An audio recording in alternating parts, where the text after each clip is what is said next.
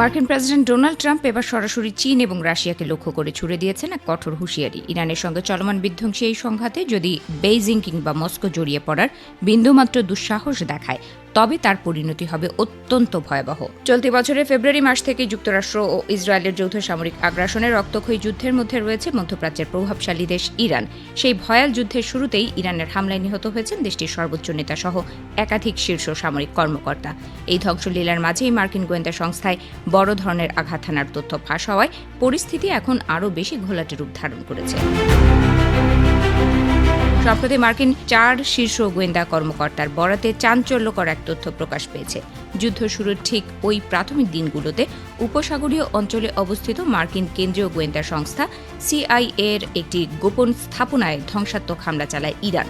আর এই মারাত্মক হামলায় মস্কোর কোনো ইন্ধন বা প্রত্যক্ষ সহযোগিতা ছিল কিনা তা নিয়ে এখন মার্কিন গোয়েন্দা মহলে চলছে জোরদার ও গোপন তদন্ত। রাশিয়া কি তবে তেহরানকে গোপন ড্রোন প্রযুক্তি দিয়ে কিংবা গোয়েন্দা তথ্য দিয়ে আমেরিকা দমন করার পিছনে সহায়তা করছে? এই প্রশ্নই এখন ঘুরপাক খাচ্ছে হোয়াইট হাউসের অলিন্দে। ক্রেমলিন এ বিষয়ে চরম গোপনীয়তা বজায় রেখে মুখ খুলতে পুরোপুরি অস্বীকৃতি জানালেও ওয়াশিংটন হাত গুটিয়ে বসেনি। ইরানকে গোপনে অস্ত্র কিনতে সহায়তা করার অপরাধে যুক্তরাষ্ট্র ইতোমধ্যে চীন ও রাশিয়ার একাধিক প্রভাবশালী ব্যক্তি এবং বিশেষ কোম্পানির ওপর কঠোর নিষেধাজ্ঞা জারি করেছে। তবে বৈশ্বিক এই উত্তেজনার পারদ যখন তুঙ্গে, ঠিক তখনই সম্পূর্ণ ভিন্ন এক আশ্বাসের কথা শোনালেন খোদ মার্কিন প্রেসিডেন্ট ডোনাল্ড ট্রাম্প।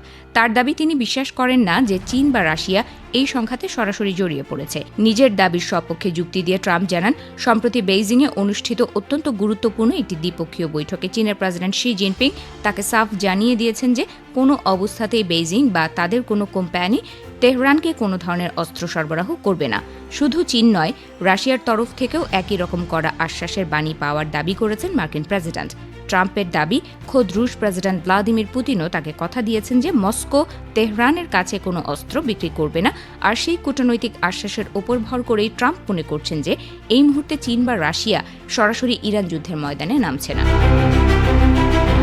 কিন্তু কূটনৈতিক শিষ্টাচারের মোড়কে এই প্রচ্ছন্ন বিশ্বাসের আড়ালেই লুকিয়ে আছে ট্রাম্পের কঠোর হুঙ্কার। নিজের সেই সামাজিক যোগাযোগ মাধ্যম পোস্টে নেতে উঠে তিনি পরিষ্কার ভাষায় লিখে দিয়েছেন, যদি এর ব্যত্যয় ঘটত এবং মস্কো বা বেইজিং এই যুদ্ধে জড়িয়ে পড়ত তবে সেটি হতো তাদের নিজেদের ইতিহাসের সবচেয়ে বড় ভুল এবং অত্যন্ত খারাপ একটি সিদ্ধান্ত। এটি নিশ্চিতভাবেই তাদের নিজেদের রাষ্ট্রীয় স্বার্থের সঙ্গে পুরোপুরি সাংঘর্ষিক হতো। বিশ্ব রাজনীতির বর্তমান এই মারমুখী পরিস্থিতিতে আন্তর্জাতিক বিশ্লেষকরা আশঙ্কা করছেন মার্কিন প্রেসিডেন্টের এই সরাসরি ও প্রকাশ্য হুঁশিয়ারি বিশ্ব অর্থনীতি এবং পরাশক্তিগুলোর শীতল সম্পর্ককে আরও বেশি জটিল করে তুলবে।